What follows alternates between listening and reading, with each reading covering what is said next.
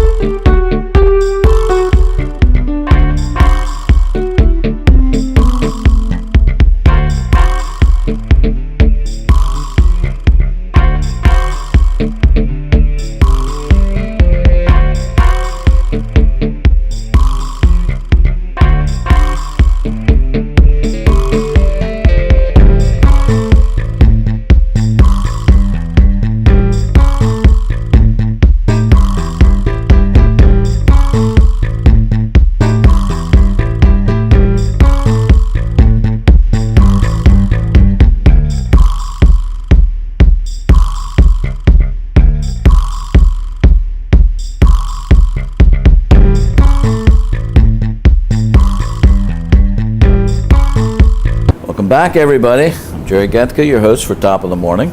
Our guest today, on my right, Kate Blum from the Rawlings Conservatory. The Howard Peters Rawlings Howard Conservatory. Peters Rawlings Conservatory, Baltimore. And on my left is Pat Yebiks, who's the president of the Baltimore Conservatories Association. Thank you. I got that one right? You got it right. How about that? That was All right. I want to talk to Kate first. Kate, tell us a little bit more about the Howard P. Rawlings Conservatory and what you do there. Well, it wasn't always the Howard P. Rawlings Conservatory. Actually, it was the Baltimore Belonged to his wife Conservatory. first, is that it? No, it was the Baltimore Conservatory, and it was born, if you will, in 1887. They completed the construction in 1888, which makes it pretty old. Makes it pretty old, and we're celebrating 125 years this year. Wow. With a lot of activities and a lot of fun. A lot of fun, a lot of activities. Tell us about the activities. Well, we started the year with a kickoff to launch us into the 125th. And Now, did that coincide with football season? It was, well, depending on where you sit, more exciting maybe. Maybe not. I don't know. You were telling me about the kickoff. Okay, well, we had a wonderful kickoff in January, January 23rd, on a very cold January 23rd night. And over almost 250 people came. I hope they were indoors. They were indoors, and there was a lot of heat going on. And sounds like another story. We had great. It is. We had great food. We had jazz, and we had some wonderful people like Tom Hall, who emceed. He's from YPR. He emceed and Pat, were you there as well? I was actually co-chair of the event with Nancy Hall and Nancy Raskin, rather. And it was a great Your event. turn to correct her. It was a great event. And the conservatory at night is magical. There's just no question about it. It does. I assume you were both all dressed up in your sparkling gowns. And No. It was much more informal than that. It was this was much more informal. The whole purpose of it was to get the word out about the conservatory and our 125th anniversary. And it was invitation only. No wonder I wasn't there. So we were very happy to get the number of people we did, like Kate said, on such a cold evening. And so we got a lot of good press from it as well. Was it successful in terms of fundraising as well?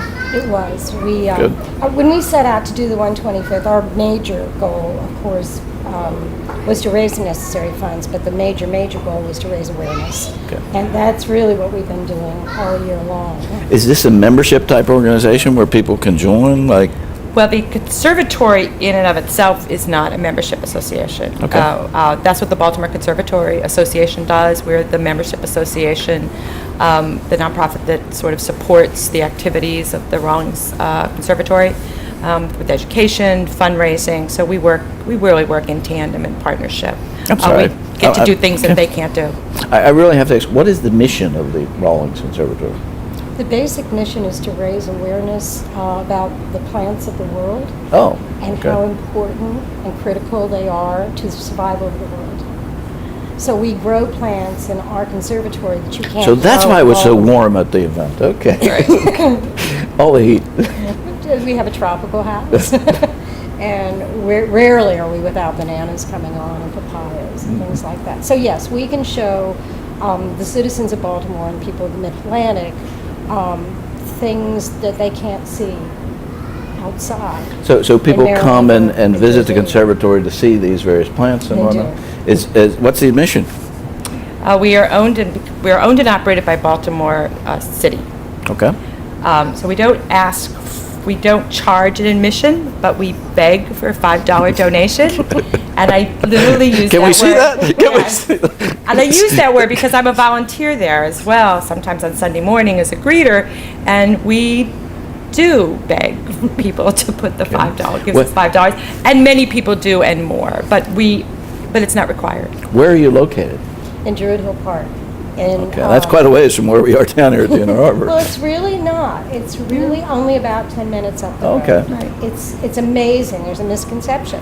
It is, that it's especially on my far part. away. But years and years ago, when the park was founded in 1860, it was like a summer park way, way out of town, and people would go there and sleep at night on hot nights, and there were a lot of springs. But it's really only 10 minutes away. It's just off 83, exit 7. So you walk down to here from there? Well, it's not. I have run from here up there, so during And the... people do bike it. Right. Okay. It's fabulous. It includes part of the Gwynns Falls and Jones Falls trails. So it's also where the Maryland Zoo is. Well, you told me about your kickoff. Now, I understand you have an event coming up shortly in October. Yes. Would you like to say October something about that? 5th. Well, But yes. before you do that, I'm going to take a short break, and we'll be right back. All right. Yeah, so you're doing it.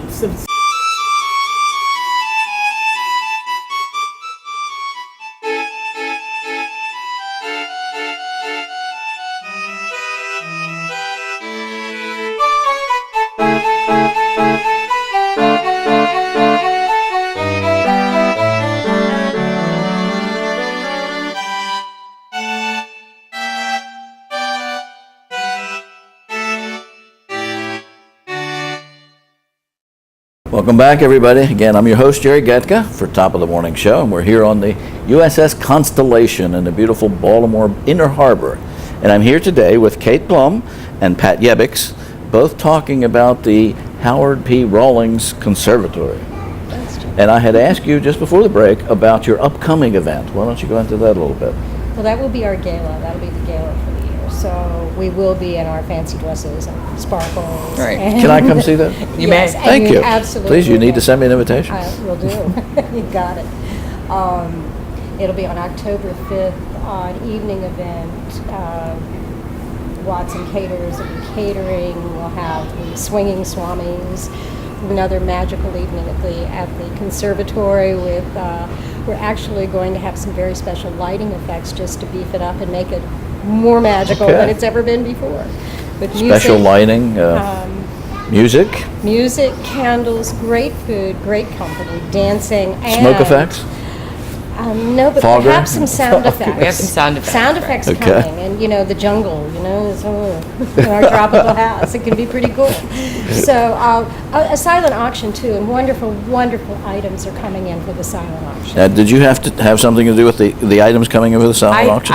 I donated one. Okay. I'm not in charge of this particular project. That's Karen Offit, and her committee is doing a fabulous job. And we're really looking forward to this. We just sent out our mailed invitations, which were just gorgeous. Okay. And our email invitations just went out this morning. I received mine in my email, and we're starting to get them in. We'll take it by check, credit card, money order, cash, And what's PayPal. What's your capacity for this event? 250 people. 250. So if you want a ticket, you better hurry up and buy it because it'll be filled up very shortly. We are selling tickets. The sales have been brisk. So And the sales we're very information in excited. terms of where to call and who to ask for will be running across the bottom of the screen, but why don't you give it to them just in case? Check in at our website, www.rawlingsconservatory.org. And Rawlings is spelled? Rawlings. Okay. And even if you don't get the opportunity to come to the gala, which we of course want you to do, just come out to the conservatory. I think that once you come out there, you'll just be blown away. That's how I got started 4 years ago. I went to one of the special events, and I signed up to be a volunteer that day. And I've been volunteering more and more every year. Now, if I were coming to the conservatory for the very first time, what would you suggest I see? Start? Where do I start? Where do I go? Well, the conservatory is not huge, and so the truth of the matter is, you'll come in. We have two of the original buildings from 1889. We're the second oldest glass conservatory in the country, behind the one in San Francisco. Wow. And you could start in that portion of it. We have a gorgeous orchid room. Actually, one of the most beautiful orchid rooms I've ever seen, and I've seen conservatories all over the world. And you give out samples that we can take home? Not those. Not those. Those you cannot get a sample of. We do sell different things at different times, but not the orchids. And then we have three additional houses. We have the Mediterranean house, we have the tropical house, and we have the desert house, which is my favorite. Now, wait a minute. The desert house? Oh, it's fabulous. And that's your favorite? Oh, yeah. It's fantastic. What makes it so fabulous and fantastic?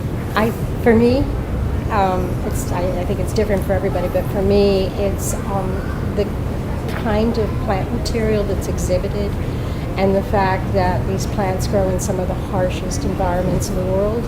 And Like maybe my house? Certainly mine. And they have developed and evolved over time different types of survival techniques, like the spines and the cactus and the different root systems. And some of them are just massive. And at the same time, there's a stillness in the desert house. It's beautiful. It's probably one of the most powerfully designed in the way that it has boulders from the Painted Desert in Utah, from that area, sandstone boulders and flagstone from Arizona. And it's just got a sense of, it's peaceful. What does it have from New Mexico? New Mexico, it has agaves. Okay. Which is a source of tequila. So there are a lot I know where of I'm going things. first. I know where I'm going first. But it's very beautiful. But there's just so much to see and so much to do and so many ways of getting people to Can you do it connect. all in one day, or does it take absolutely. more? Okay. Absolutely. You could do it one afternoon. It's just beautiful. We encourage people to take their time. If you come in the winter, obviously our outdoor gardens aren't in bloom, but if you come at this time of the year, we also have outdoor gardens, which are just gorgeous this time of year. We also had the luxury in July of having a croquet event, something we had not done we had never done, now that I think about it. And it was just a fabulous event. We had 200 people playing croquet, and That must be a fairly large space. It is a very large space. Playing croquet. Right. Well, we had a tournament. We had a tournament. So we had 5 courses going. So what's next year? Polo? No, actually, the Baltimore, the Baltimore Croquet Club was so thrilled with the turnout that we're hoping to make this an annual event. We've got a lot of young people coming to the conservatory, which is important for us, and actually a whole new group of people who had never even been to the park, let alone to the conservatory. So, But you're not going to forget the seniors. Oh, no. We had an enormous number of an enormously diverse crowd. Now, for those of you, if you're having trouble hearing us at the moment, again, we're on the USS Constellation in the middle of the Inner Harbor, and what you hear in the background at the moment of the boats, warming up to take off from the Inner Harbor from their slips, and you'll hear noise of people touring the ship and that sort of things. All right, aside from all of the events and the desert, which I'll have to come see, Yes. you also do a lot of education programs. Why don't you talk a little bit about that? Yeah, we have a lot of outreach to Baltimore City schools, to their science teachers. Glenda Weber, who is our naturalist, is creating programs consistent with the different elementary grades. And so we're getting more and more numbers of students coming to the conservatory again, which is wonderful. They're coming back in great numbers.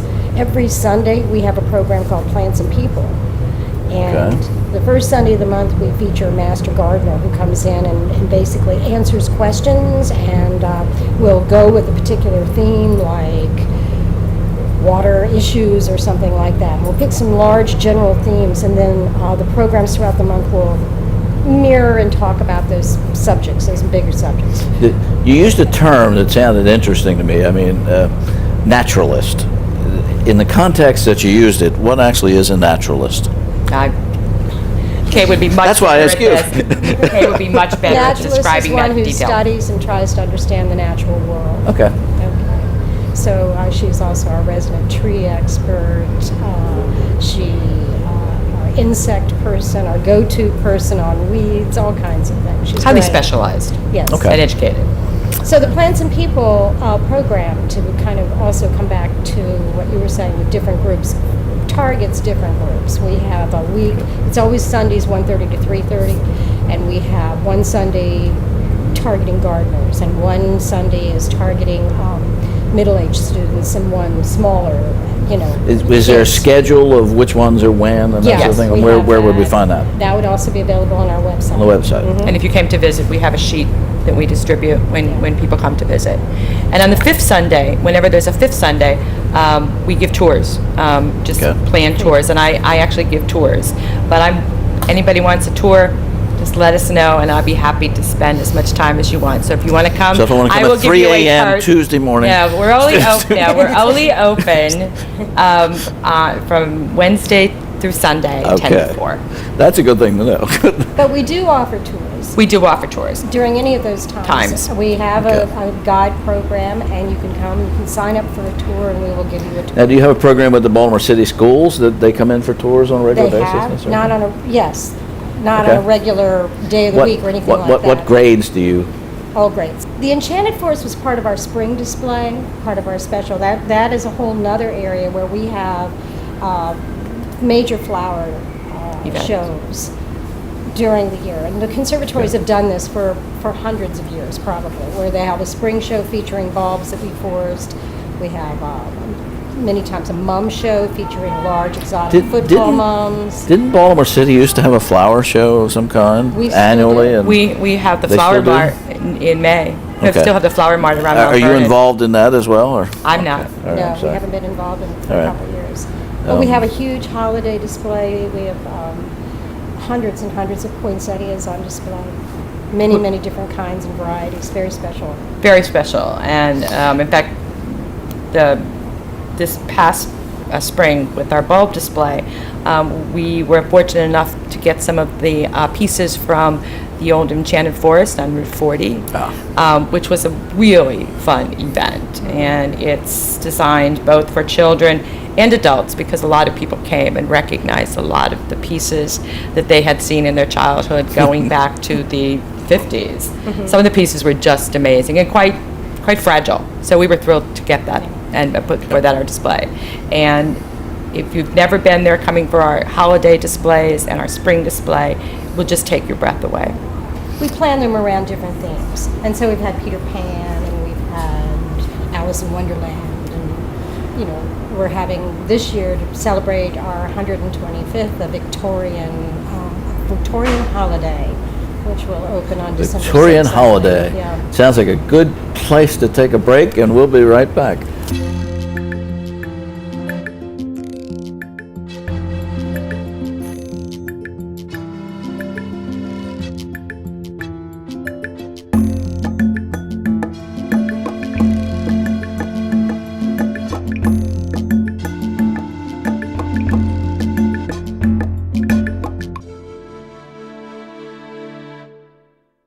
Welcome back again, everybody. Jerry Getka, your host for Top of the Morning.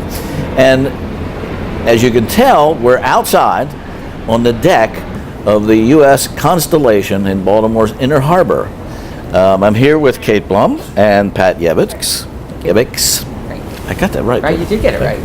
And what do you think? We've had a beautiful morning out here in the open air. This is amazing. I highly recommend, especially for people, I'm assuming most of the people watching this are fairly local, take advantage of coming and seeing all the things you would go see if you were on vacation.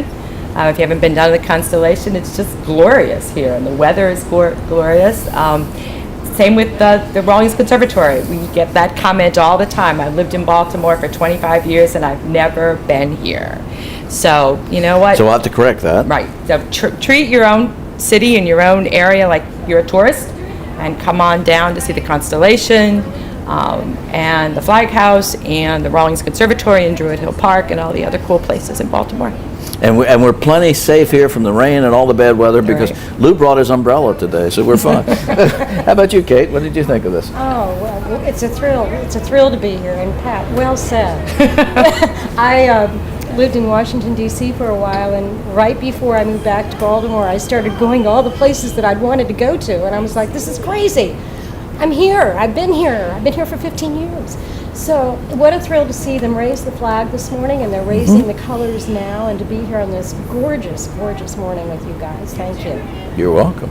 Okay, you mentioned that the conservatory was founded in the 1800s. Tell us more about the history of the park and the conservatory. Okay, well, it's a great, great park. It was founded in 1860 by Thomas Swan, which was just prior to the Civil War.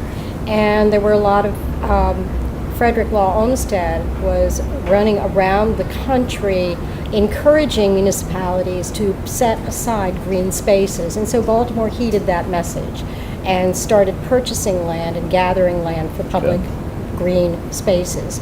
The war came about, obviously, the Civil War, and Druid Hill Park was used as a fort to hold troops from Massachusetts and from New York, from Pennsylvania, and Maryland. As a transitional, I forget the exact word, but they were stationed there before being deployed to other areas and to other battles. The land was set aside for the conservatory in the 1870s, but it wasn't until the 1880s before funds were raised with enough success to go ahead and begin construction of the conservatory in 1887. They knew exactly where in the park they were going to put this wonderful palm house. Now, the great urban parks movement was going full blast, and that was led by Frederick Law Olmsted. And so to have a conservatory in your city was a status symbol. Many of the old cities and so forth all over our country had at one time conservatories. A few of them still do. Well, Baltimore is very lucky to have one.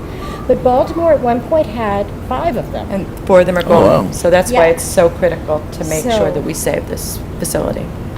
We were well aware for a long time of one in Carroll Park, Patterson Park, Clifton Park, and Druid Hill Park. We actually found another one about 2 years ago when we were doing research in Harlem Park. And so the others have gone away largely because they're extraordinarily expensive treasures to maintain. So send money. Please.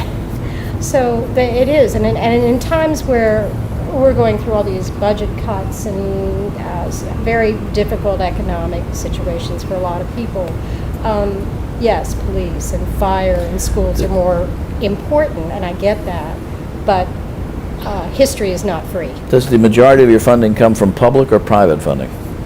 The city, actually, the majority of our funding right now comes from the city of Baltimore.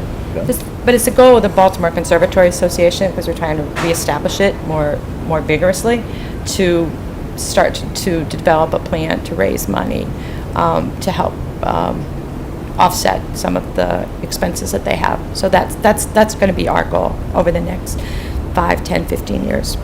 Okay. Which is what has happened in a lot of major cities because they were losing their conservatories. Well, you said a lot of cities had conservatories, but very few do now. What are the cities that do now? I mean, how many? I mean, give me a figure or something to the compare oldest with. is in San Francisco. And I was just actually out there for a conference and went to see it's a Conservatory of Flowers in Druid Hill, in Golden Gate Park, which is another amazing setting. And I think I've actually been there. It's an amazing facility, but I will tell you, I think ours is just as impressive. They have the luxury, obviously, of being able to have their desert outside, which we obviously don't have the luxury of. And so most of their indoor is tropical. So I think that ours is more diverse in terms of the plants that we have. So I think you could see a much more diverse variety of plants at ours than you can in a lot of other conservatories. Is there anything else that we haven't talked about the conservatory that you'd like to say at this time? Because we're getting ready to close up, so we'll give you a few more minutes here to just tell us your last thoughts. Well, the one thing that I would recommend, and one thing that I would try to get out to people is the Conservatory, as well as the Baltimore Conservatory Association, are looking for volunteers. And you don't need to have lots and lots of time. If you have an hour a week, we have something for you to do. You can work from your home. We're looking for all kinds of things. I have a full-time job, and yet I still spend a lot of time working at the Conservatory at different times. So we are looking for all kinds of people with all kinds of skills. Well, that's because you're committed. I or am maybe you should committed. be. I don't know. But you cannot find a nicer, more relaxing, more magical place to spend an hour or two. It's just amazing. And if you come, you'll fall in love. Okay. Kate, how about you? Well, to add to what Pat just said about needing volunteers, we do need volunteers in every kind of aspect. The people who come What are to some of the things they would be Conservatory- doing if they volunteer? Well, there are hands-on things to do, working in the garden. And you can hear some of the There parents are- talking to their children in the background. There are a number of administrative types of things. We're building the Baltimore Conservatory Association, rebuilding the Baltimore Conservatory Association. There's a lot of help that we need in making that a top-notch fundraising development, number of things like that. Social media, websites. We need Website people, development, lots of things. all kinds of help. We need people who can just spend an hour or so from 10 to 4 just greeting people. You don't have to know a lot about plants. We'll teach you everything we know. One of the most amazing things that I love about the Conservatory is, and one of the reasons beyond just the love of it, continue to be a volunteer, is how peaceful it is. You cannot have a bad day at the Rawlings Conservatory. You could come in a bad mood, but you will not leave in a bad I mood. might have to test that theory one of these days. You just cannot. And I'm going to tell you, one of the most gorgeous times to come to the Conservatory is when it's cold and rainy and dreary outside, and the med house is in bloom, and the herbs are blooming, and the aroma is just, it's magical. And it absolutely calms you down. Now, when I think of plants like that, I think of birds and butterflies. Do you have that sort of thing in there? Or, I guess you do on the outside. We do on the outside, and Right. when we open our windows, the birds and the butterflies come in. That's true. And I worry a little bit when the birds come in, but the butterflies I'm very happy about. But I want to add that it's not just the place that's magical, but it attracts a lot of magical people.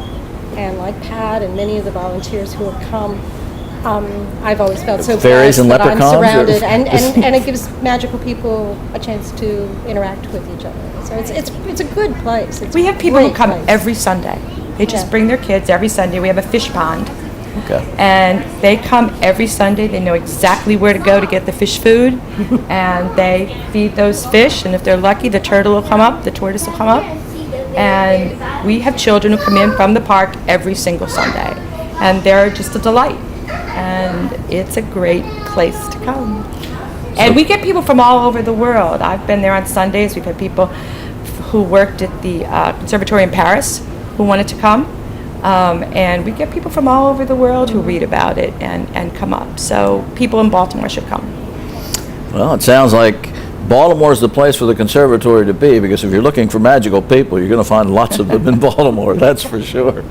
Well, I want to thank you both for sitting with us and telling us all about the Howard P. Rawlings Conservatory. Thank you. Thank you. And we're just going to say goodbye to our goodbye to our audience now. So say goodbye, everybody. Bye. Bye-bye. Come to Thanks for coming. Conservatory. Thanks for watching. That was very nice. Thank you very much. Thank you. Thank you. And we-